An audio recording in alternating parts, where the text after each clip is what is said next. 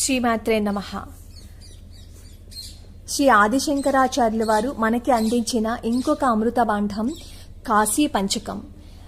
శరీరంతో కాశీ వెళ్ళలేదు అని చెప్పి ఎవరైతే బాధపడుతూ ఉంటారో వాళ్ళందరికీ ఇచ్చిన మరొక అద్భుతమైన స్తోత్రం ఇది.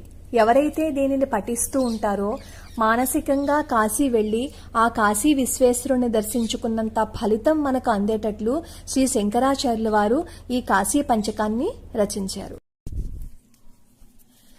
మనోనివృత్తి పరమోపశాంతి సా తీర్థవర్యా మణికర్ణికా చ జ్ఞాన ప్రవాహా విమలాదిగంగా సా కాశికాహం నిజబోధరూపా యస్యామిదం కల్పితమింద్రజాలం చరాచరం భాతి మనోవిలాసం సచ్చిత్ సుఖైకా పరమాత్మరూపా సా కాశికాహం నిజబోధరూపా కోశేషు పంచస్వధిరాజమానా బుద్ధిర్భవానీ ప్రతిదేహగేహం సాక్షి శివః సర్వగతోంతరాత్మా సా కాశికాహం నిజబోధరూపా కాశ్యా హి కాశతః కాశీ కాశీ సర్వప్రకాశికా సా కాశీ విదితా యేన తేన ప్రాప్తా హి కాశికా కాశీ క్షేత్రం శరీరం త్రిభువన జననీ వ్యాపినీ జ్ఞానగంగా